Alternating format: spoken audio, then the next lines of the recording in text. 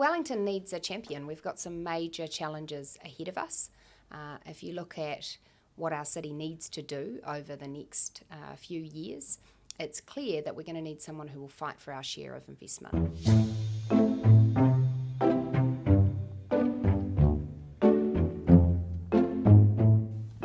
Kia ora, hello, welcome to Dave Tells Us, a podcast series where I try to find interesting people to tell us interesting shit. The first series is Dave Tells Us about Wellington Central, the electorate. I've got Nicola Willis from National, Grant Robertson from Labour, and James Shaw from the Greens. Our first episode is with Nicola Willis from National, and I started off by asking her for a Wellington Central stump speech. Let's talk about transport. That's an area where Wellington has consulted and discussed, debated and engaged for years. The Let's Get Wellington Moving process came up with a recommended program of investment for a balanced, integrated transport plan. And the first thing the government did was cherry pick projects. They left out a second terrace tunnel. They left out undergrounding of State Highway 1 through Te Aro. They kicked a second Mount Vic tunnel out into the Never Never. And then on top of that, they said we'll only fund 60% of the state highway projects. Local government will have to come up with the other 40%. So that's been a real disaster for Wellington. We've seen no projects completed, and we have to get progress on transport if we're going to support the kind of densification and increased housing supply that Wellingtonians want. So let's move to that second issue, which is housing. This is an issue that both Labour and the Greens campaigned particularly hard on in the last election. I was at candidate debates with Grant Robertson where he would say, it's a crisis, we're going to solve it, Kiwi Build. Well, Kiwi Build has utterly failed Wellington. Actually, only 500 and something houses have been built across the country. Here in Wellington, house prices have gone up 30% in the past 3 years, average rents more than $70 a week higher, and we have hundreds more on our state house waiting list here in this city, with more homeless. That is a terrible track record, and I'd put to you that if we genuinely want to solve housing issues, we need to put in infrastructure that supports growth. We need to allow for greenfields development in areas like Lincolnshire Farm with the Petone to Granada Road, and we also need to reform the Resource Management Act. Finally, the other issue that I'm really concerned about here in Wellington is water. We've had millions of litres of wastewater pumped into our harbour. We have polluted local streams, overflows of sewerage. It's not okay. We need to hold the council accountable for doing better, and I just have no faith that that will be possible while central government, under Labour and the Greens, are asking them to fund 40% of local transport projects. They will be overwhelmed. So I'm a champion for Wellington. I fight for the city. I've got a track record of doing that on everything from the buses to the name of our university through to Kiwi Build buyers who had their deposits tied up. And I want to keep fighting for our city and what it needs to make progress on key issues including transport, housing and water. That's a good stump speech. How many times have you given it?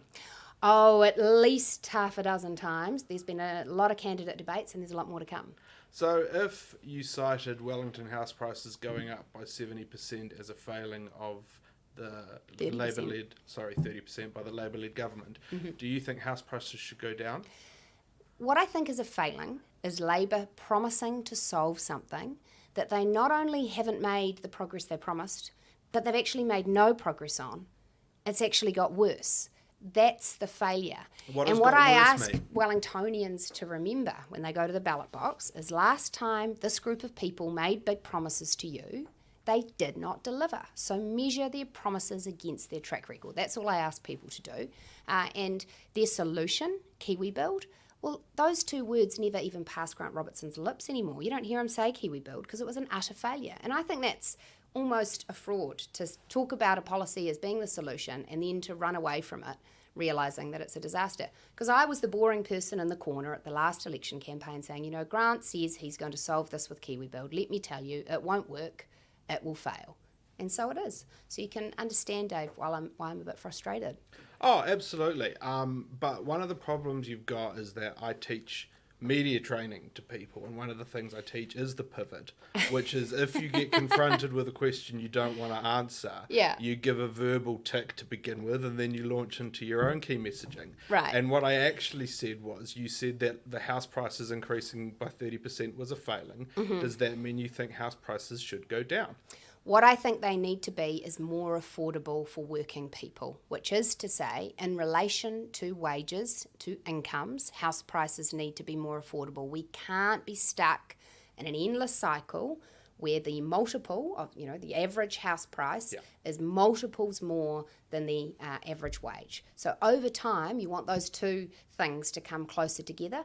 I'm not one who argues this is a problem we will solve overnight. I think that would be irresponsible. But what I do think we can do is make fundamental reforms to the Resource Management Act, to our planning laws, to our infrastructure building, to ensure that we increase housing supply such that we don't let that runaway house price growth continue into the next generation.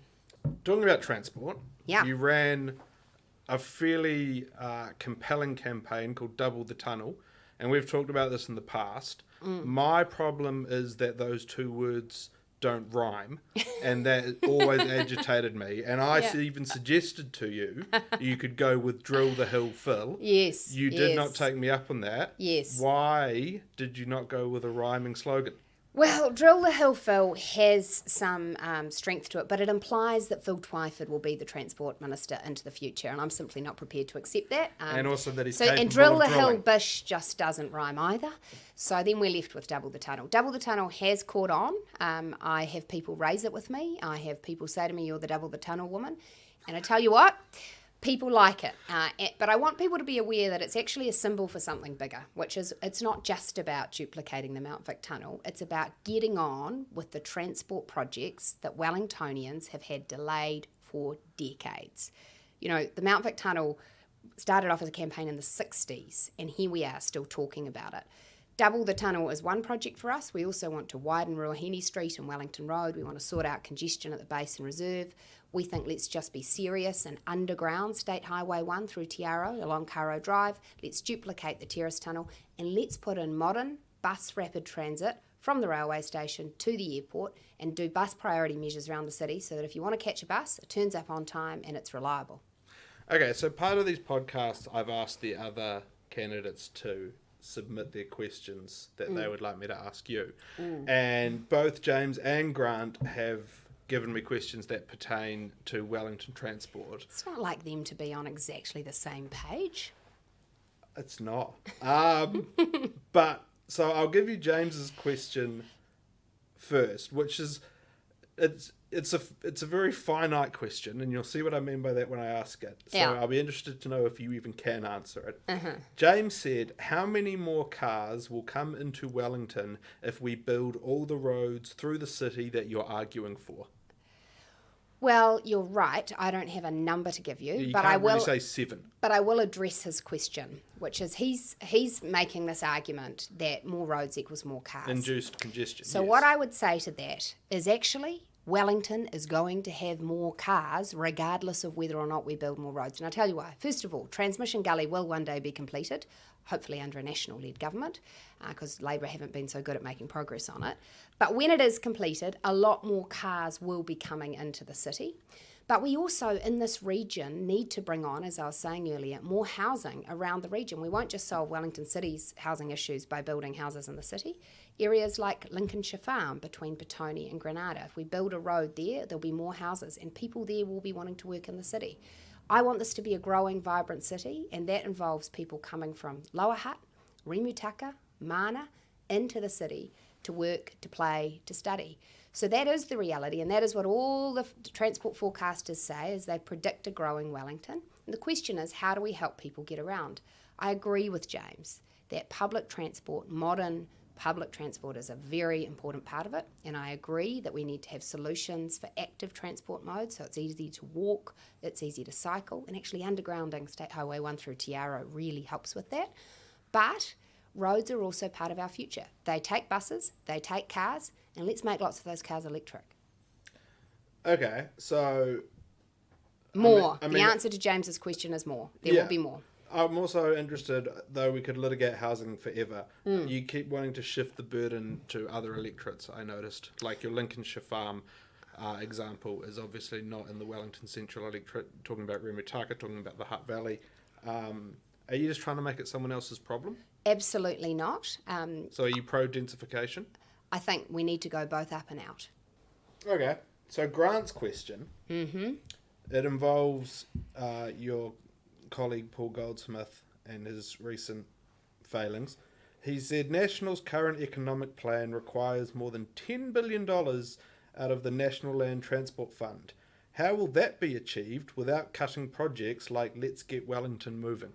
Well, what we've presented is a very detailed, costed Wellington transport plan. It's actually a lot more detailed than the government's plan, which is 1 or 2 press releases from Phil Twyford. When was it's it costed?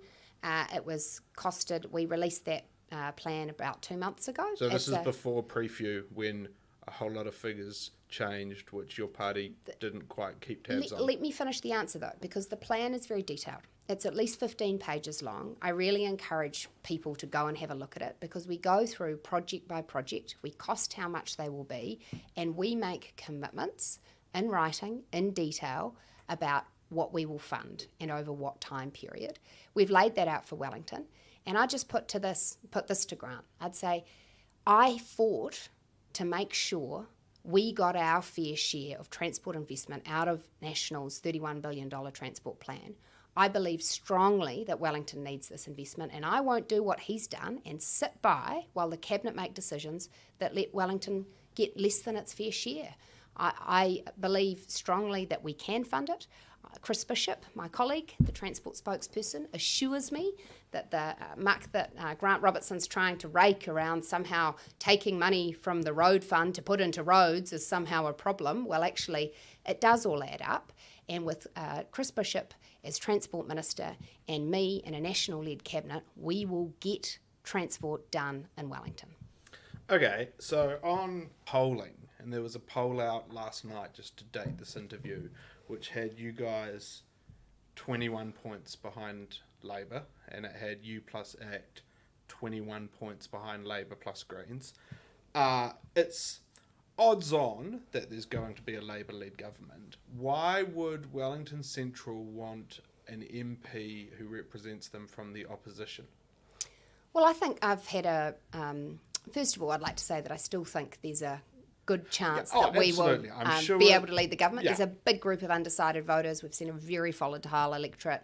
I'm campaigning in the absolute hope that we'll be able to form a government. So I want to put that really clearly. But the second thing I would say is I've actually got a track record over these past 2.5 years of being interested in Wellington issues, focused on them, very engaged in our community.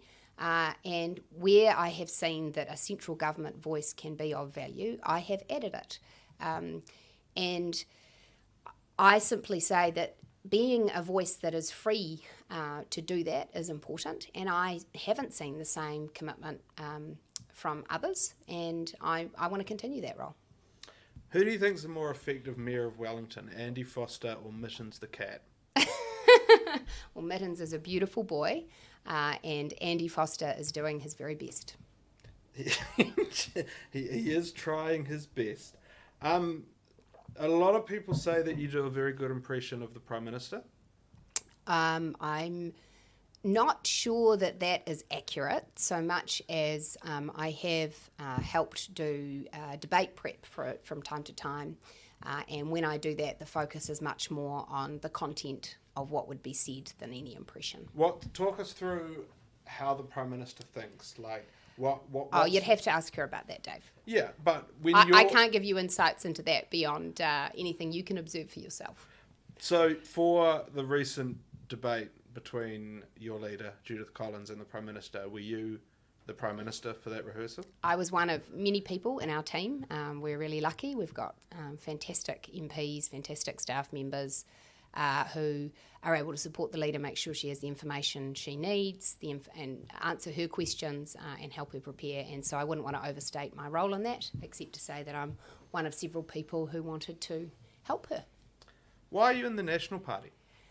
Because at a fundamental level, I believe that government doesn't have the best track record of solving all of our problems. I think that families, communities, businesses, non-government organisations can make a lot of progress for society, and in order to enable that to happen, you can't let government get too big nor expect the state to solve everything.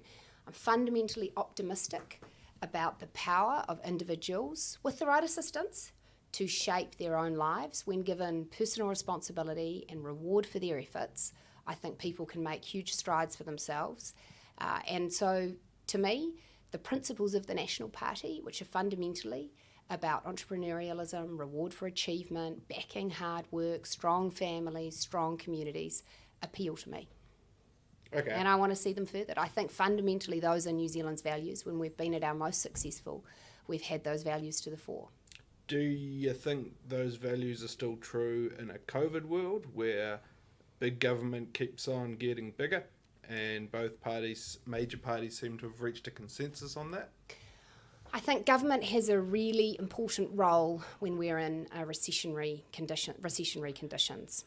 But what we don't think is that a huge number of government programs will be the solution in its entirety. So we've put out a plan that says let's actually back small businesses and private enterprise to create jobs too, whether that's through our Job Start scheme to pay small businesses to take people on, whether that's through increasing depreciation or whether that's actually through tax reduction that says if we let individuals spend more of their money, they will make wise investments. At a philosophical level, yes, there's a role for the state, but let's not crowd out the private sector or individuals. How long do you think economic conditions are going to be a bit shit?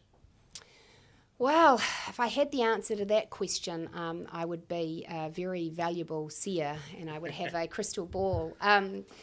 Obviously, it depends on how long we are going to be living with COVID-19 around the world. The challenge for us in New Zealand is not just community transmission here, which of course we all want to prevent, but it's also about the fact that our trading partners are very affected by this, and that's going to affect consumer demand for our products. It's going to affect our tourism industry. It's going to affect all of our businesses who trade globally. And some people say the vaccine will be the solution and that'll be the end of it, but I'm worried that a vaccine won't solve it quickly because we may see slower uptake in some countries, and I don't think that this is something that will end in the next year, put it that way. Okay, so then if that's the case, and National's proposal is tax cuts for 16 months, isn't that effectively a tax increase in 16 months for everybody when times are still a bit shit? Well, what we've said is the immediate priority is stimulus right now. All of the forecasts which the Treasury and the government and other economists are releasing do say we are currently at our lowest ebb and the next 16 months are going to be the hardest. So that's when we want to most ramp up stimulus in the form of tax reduction. Coming out of that, as economic conditions improve, actually we'll still be in a stimulatory phase, which is to say government expenditure will still outweigh the revenue that we're taking in. We're not forecasting a return to surplus until 2028. So for us, tax cuts are the immediate stimulus. And yes, you're right, they will need to be taken away at some point. I wish they didn't have to be, but we are taking a prudent, responsible approach to ensuring that we are getting back into surplus within the next decade. Why are surpluses so important?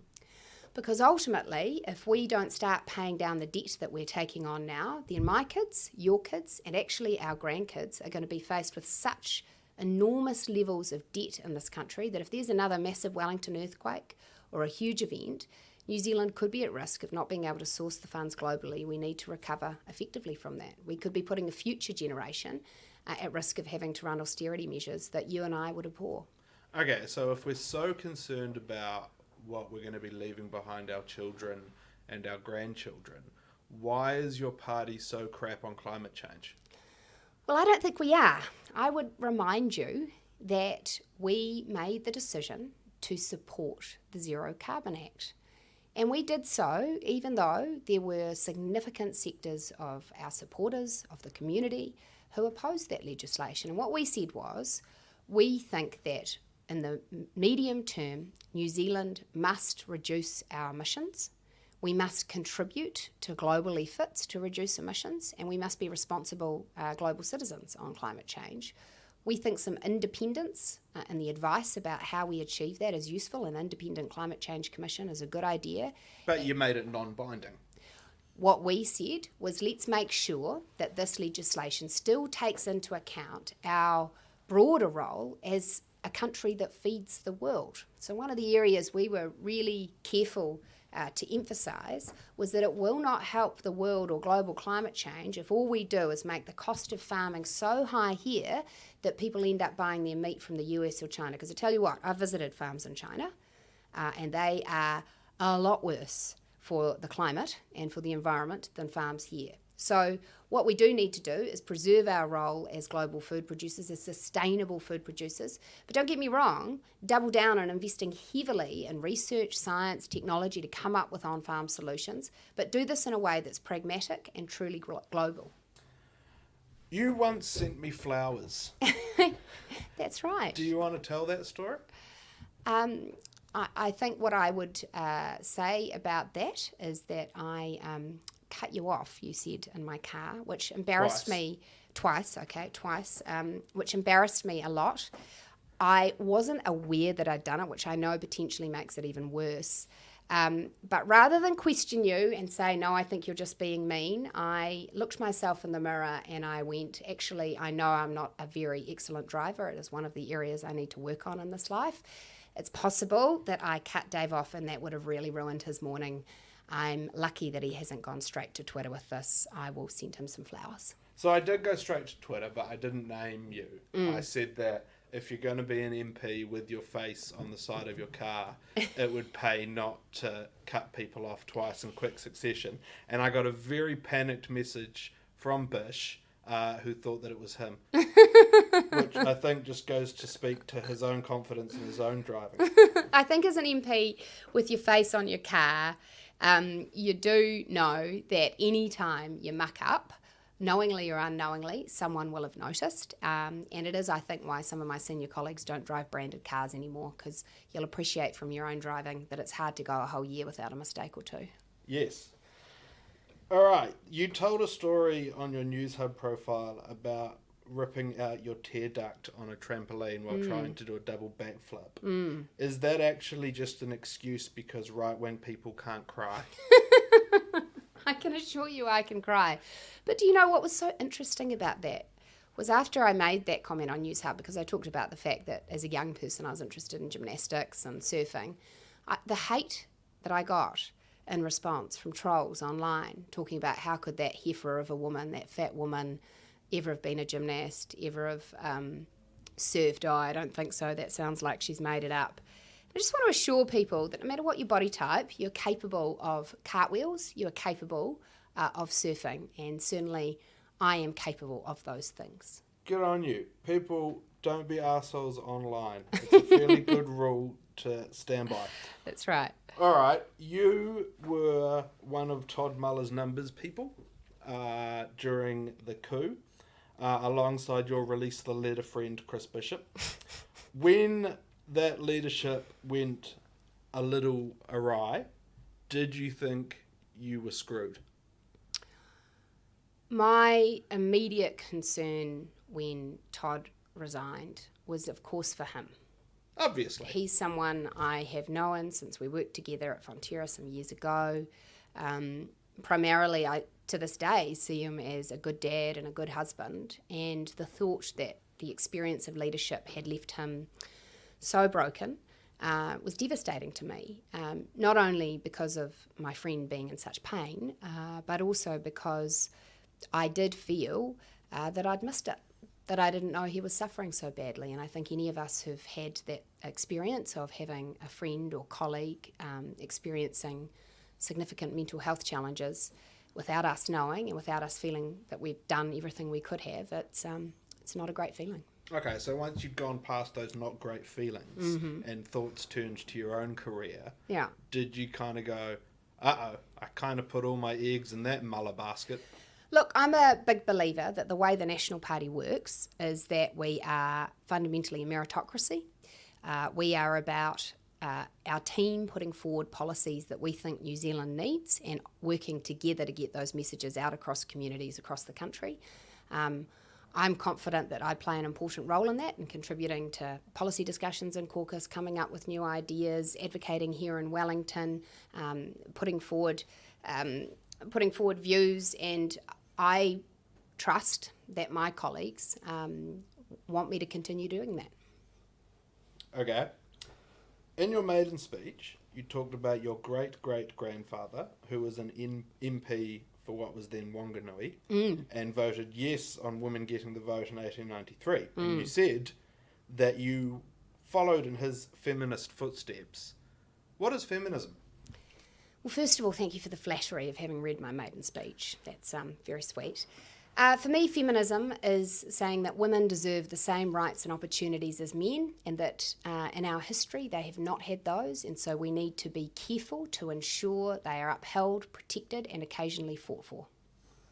Do you think it's harder to be a feminist in the National Party than in a party on the left? No.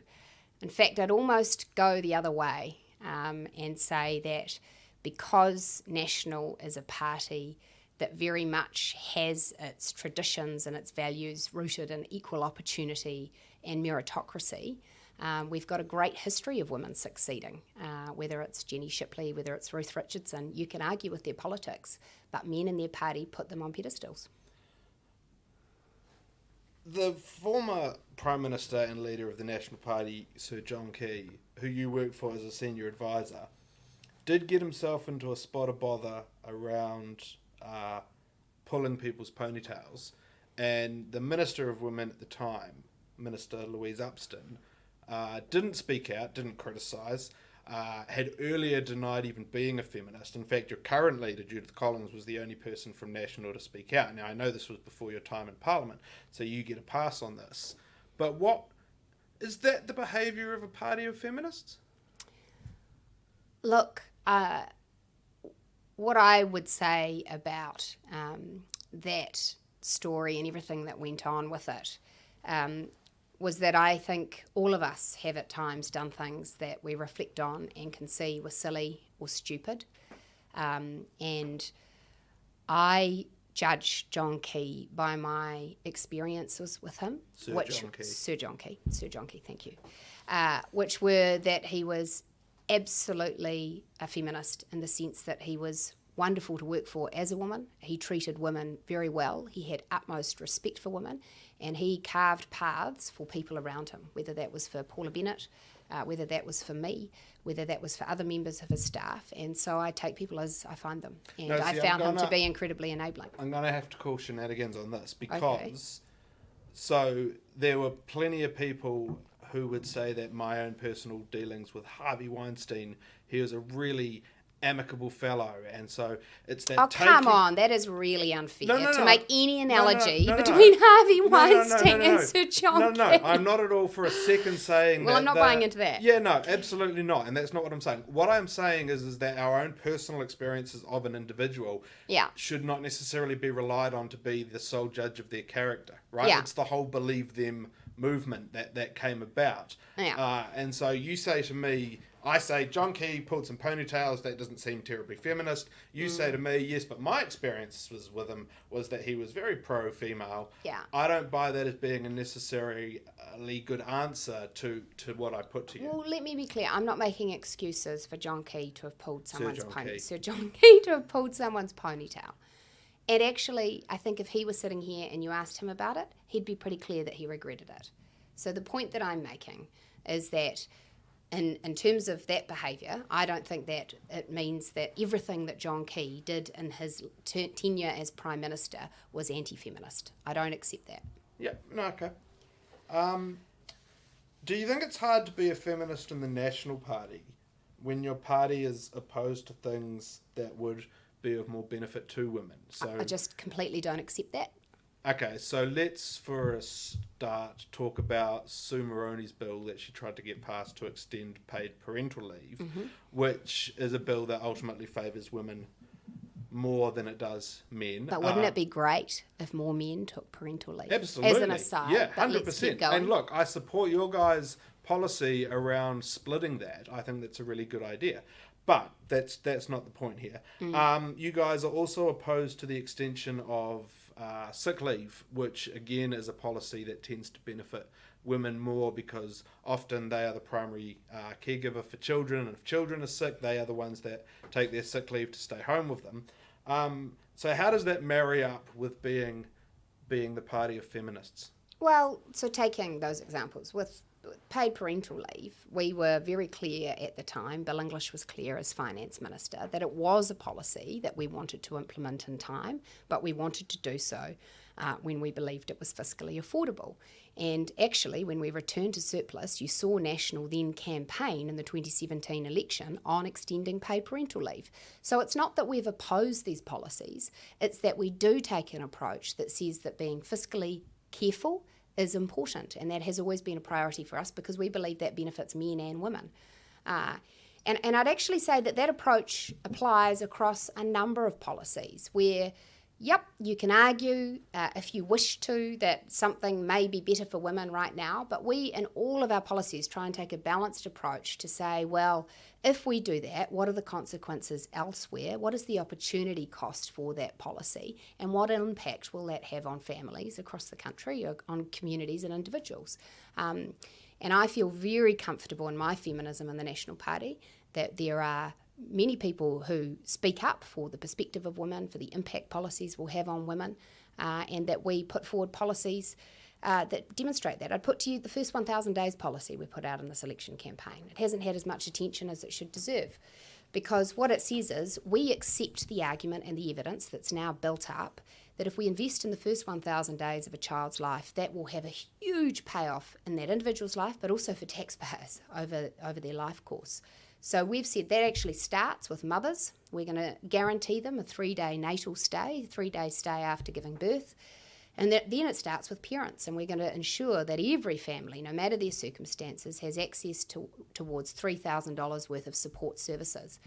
And that policy, which also includes earlier screening, earlier intervention for children with additional needs, is informed by a perspective that, frankly, a lot of mums in our caucus brought to the table.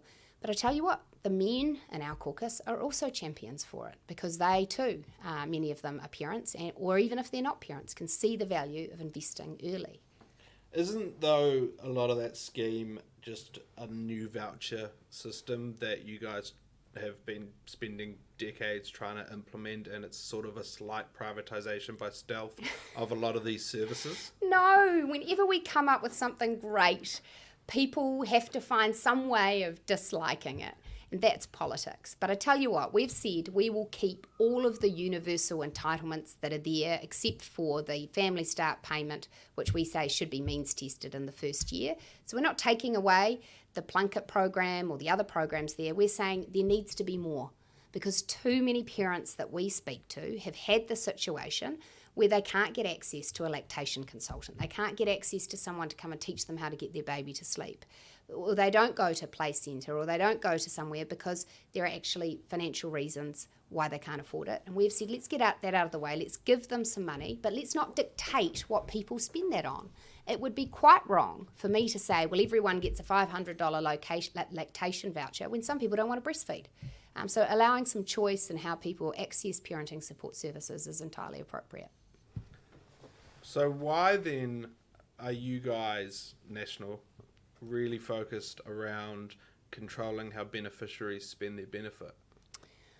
I think our real focus when it comes to beneficiaries is supporting beneficiaries back into work. That is what we think it should be a core goal of the welfare system. It should be there to support people in their time of need, and we fully acknowledge that some people, for health reasons or physical reasons, aren't able to work. But for those who can, we believe work in and of itself is a good thing. It gives people something to get up for in the morning, it gives them purpose, it gives them dignity, it's good for them and their family members, and we make no apologies for wanting to construct a welfare system that incentivises people back into work. Wouldn't an increased minimum wage incentivise people back into work? If they're on a benefit that pays substantially less than what a full-time job with the minimum wage would pay them, wouldn't that be an incentive? The challenge with the minimum wage is that, yes, we should have a minimum level that employers are required to pay.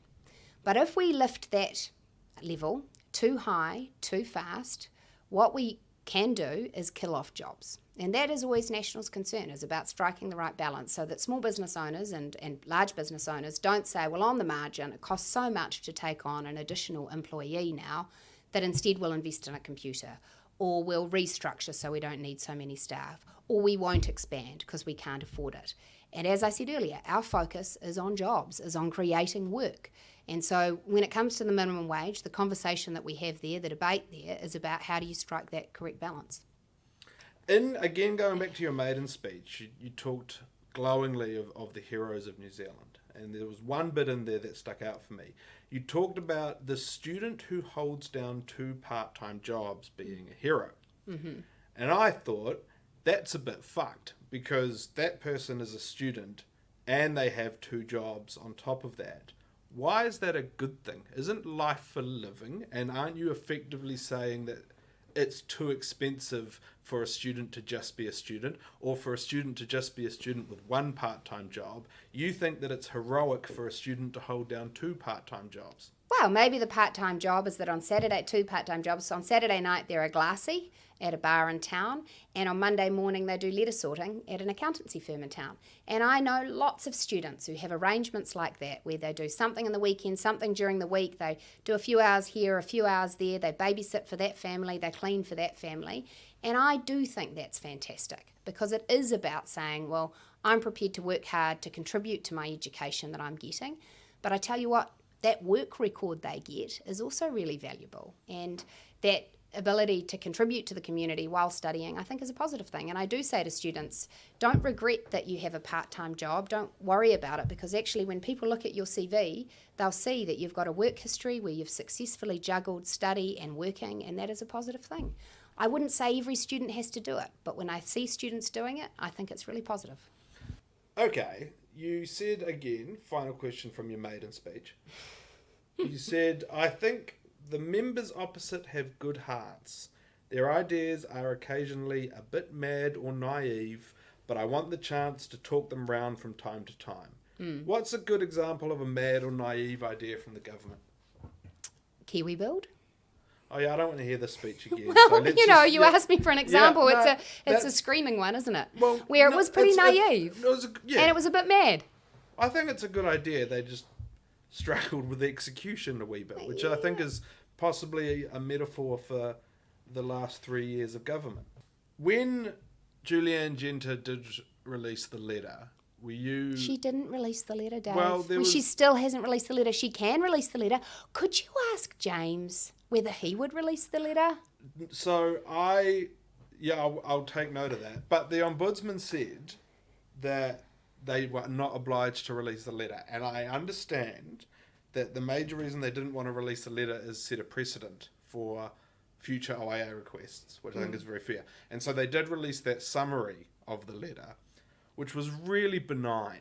And were you sad that your big campaign of release the letter, which was big on Twitter, so that's not the real world, so I shouldn't get caught up in that, but were you sad that it ended up being over something as benign as it did?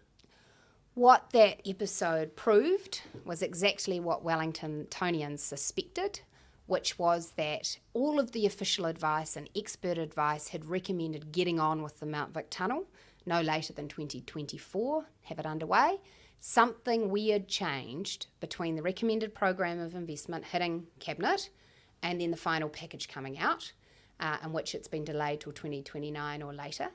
And having been to candidate debates where Grant Robertson said he saw that the Mount Vic Tunnel was a priority, I looked around and I thought, well, what changed here? And it was very clear that what changed was Julianne Genter sent a letter which made it clear she would not support the package unless it delayed construction of the Mount Vic Tunnel so far into the never never that it probably wouldn't happen. And to this day, when asked, James Shaw is clear he opposes a second Mount Victoria Tunnel. So I am glad that I exposed the truth, which is that the only reason Wellington isn't getting a second Mount Vic Tunnel is because the Greens interfered and said, we don't want it. And Grant Robertson, Phil Twyford, all of that lot said, oh, okay, Greens, you have your way. Who cares about Wellington and their transport needs? I have not seen too many examples of the Greens exerting power over the last 3 years, so I would be... The Green School? Very surprised if that is the case. They didn't exert any power there either. Well, then why aren't we getting our tunnel in the recommended program of investment Because it's a said we shit should? idea.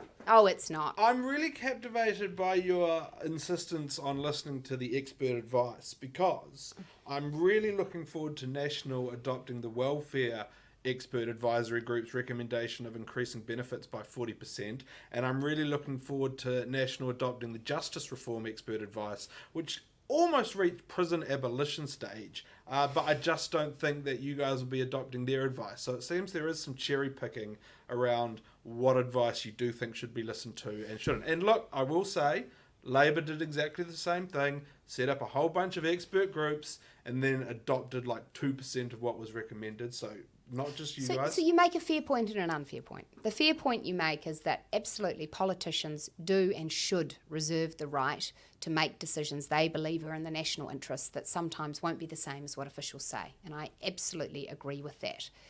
But the unfair thing is to say that somehow the welfare working group, which consisted of hand-picked people that the government picked to be on that advisory group, that had terms of reference that were hand-picked, well, it is different from Let's Get Wellington Moving, which was a 3-year process that was set up under National, but then was that went ahead with the regional council and local council on board, that involved endless consultation, discussion, that involved NZTA. It went on and on and on, and the whole purpose of it was to provide independent advice that reached the needs of Wellingtonians. So I think it is disappointing that the government rejected that program. Say it again, second tunnel's crap idea. Not interested.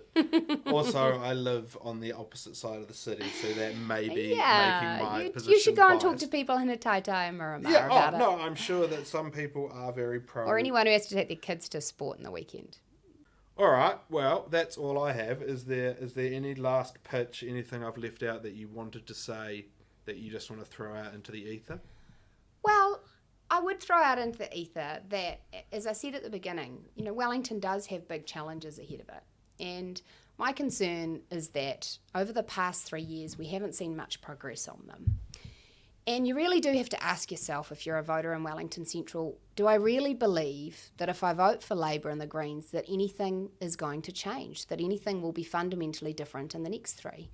And I don't think that's the case. I think fundamentally National is more ambitious for the city, for what we think is possible here, for the growth that can occur, for the infrastructure that should be built, for the housing that can be brought on, and that we will take a more assertive approach in highlighting and responding to Wellington's challenges. And I would just simply ask Wellingtonians, when you're thinking about your vote, think about me. And I'm someone who has fought for this city.